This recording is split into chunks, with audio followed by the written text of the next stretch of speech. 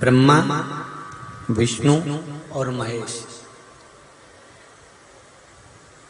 इन तीनों की जो देवियां हैं, ब्रह्माणी, लक्ष्मी और पार्वती।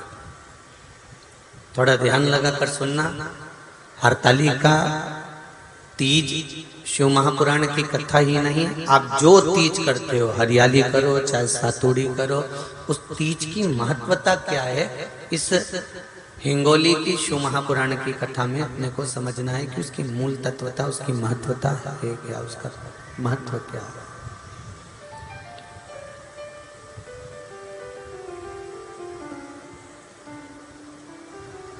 भगवान ब्रह्मा, भगवान विष्णु और भगवान शिव, इन तीनों की जो अर्धांगिनियां, ब्रह्माणी, लक्ष्मी और पार्वती, इन तीनों ने तप कर कर, साधना कर कर ब्रह्मदेव को, भगवान विष्णु को और भगवान शंकर को प्राप्त किया। और तीनों ने प्राप्त कर कर तीनों देवताओं से वर मांगा कि वर हमको ऐसा दीजिए कि हमारे तप साधना का फल नारी को तीज के दिन प्राप्त हो जाए। अब देखिए जरा, एक ही व्रत से, एक ही उपवास से उसको संपूर्ण तप साधना का फल प्राप्त हो रहा है, संपूर्ण तप साधना का फल उसको मिल रहा है, मात्र एक व्रत से। केवल एक व्रत कर रहे हैं और संपूर्ण तप साधना का फल उसको प्राप्त हो रहा है। ऐसा कोई व्रत, ऐसी कोई साधना, ऐसा कोई शंभो शरण मांगो घड़ी रे घड़ी मुख काटो, दया करी न दर्शन आपो, शंभो शरण घड़ी मांगो घड़ी रे घड़ी दुख काटो, दया करी न दर्शन आपो, दया करी न दर्शन आपो। तो ब्रह्माणी ने ब्रह्मदेव से मांगा, लक्ष्मी जी ने भगवान विष्णु से मांगा, पार्वती जी ने भगवान शिव से मांगा कि ऐसा वर दे दीजिए जिस वर से एक ही व्रत करने से संपूर्ण फल की प्राप्ति हो जाए, संपूर्ण फल मिल जाए। ऐसा एक व्रत का फल दे दीजिए, मात्र एक व्रत का। अब देखिए, हरियाली तीज करने वाली माताएं थोड़ा ध्यान से सुनना।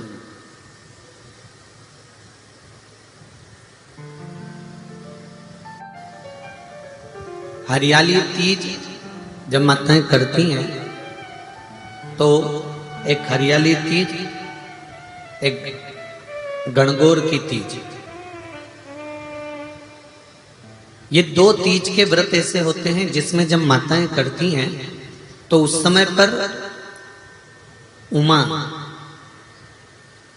ब्रह्माणी और लक्ष्मी, इन तीनों की आराधना का फल उसको केवल एक व्रत से प्राप्त हो जाता। अब देखिए दूसरा, सातुड़ी तीज।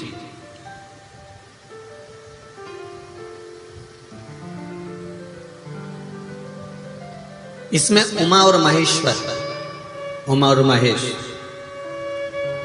ब्रह्माणी और लक्ष्मी, इन चार के व्रत तप का फल एक साथ सातुड़ी तीज के दिन प्राप्त हो जाता। अब एक आती है हरतालिका तीज। आप लोग करते हो हरतालिका? यहाँ लोग करते कि नहीं करते? करते हैं यहाँ पे हरतालिका? कौन कौन करता है? जरा हाथ उठाओ तो जरा।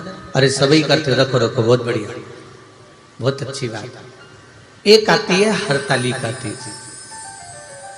इस तीज का व्रत माता पार्वती बेल वृक्ष के आनंद के साथ में फुलेरा बनाकर करती है, और जिसमें इस हरतालिका में माता पार्वती जी के जितने जन्म पहले हुए हैं, माता पार्वती का जन्म तो 52वें नंबर का, 52 नंबर पे माता पार्वती का जन्म है।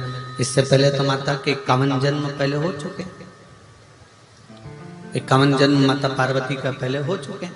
तो वो जितने जन्म माता पार्वती पूर्व में ले चुकी हैं, ब्रह्माणी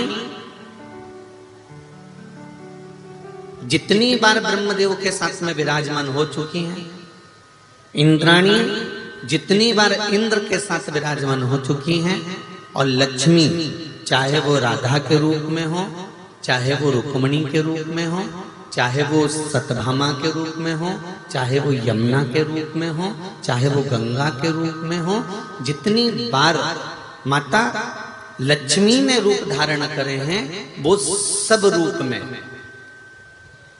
और माता पार्वती अपने सारे रूप में, ब्रह्माणी अपने सारे रूप में, लक्ष्मी अपने सारे रूप में इस हरतालिका तीज के व्रत को करने के लिए आतुर रहती हैं। और इस व्रत को कर कर एक दिन में ही संपूर्ण विश्व का जितना तप है, साधना है, उपवास है, सबका फल एक साथ एकत्रित कर लेती हैं केवल एक व्रत में, हरतालिका तीज।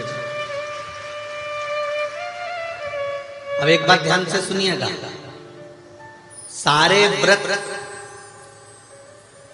आपका अगर स्वास्थ्य खराब हो गया तो आप व्रत छोड़ सकते हो। जितने भी व्रत आप लोग कर रहे हैं पूर्व के, सोमवार, मंगलवार, एकादशी, छठ, पंचमी, चतुर्थी, अगर आपका स्वास्थ्य खराब है तो आप उस व्रत को छोड़ सकते हो, सारे व्रत को छोड़ सकते हो। पर तीज का जो व्रत होता है, हरतालिका जो व्रत होता है, ये व्रत एक बार लेने के बाद जब प्राण छूटते हैं तभी ये व्रत समाप्त होता है, अन्यथा बीच में ये व्रत समाप्त नहीं।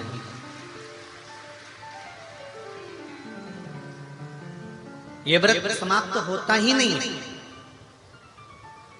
अगर शरीर से नहीं बनता कि अब हमारी अवस्था हो गई, अब शरीर से नहीं बन रहा है, तो भले एक पहर की पूजन कर कर, एक पहर का नियम धारण कर कर, एक पहर का स्मरण कर कर, एक पहर का पूजन कर धारण करो, और उसके बाद में भले आप थोड़ा सा जो भी आपको लेना है वो कर लो, पर इस व्रत को करना ही पड़ता है। इस व्रत का नियम ही यही है। इस व्रत की 30 साल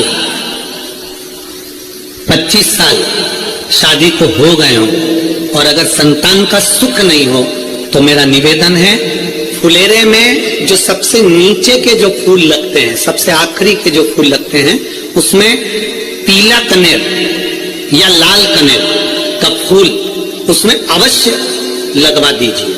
अगर जिसके घर में 25 साल में 30 साल में भी औलाद नहीं है, 30 साल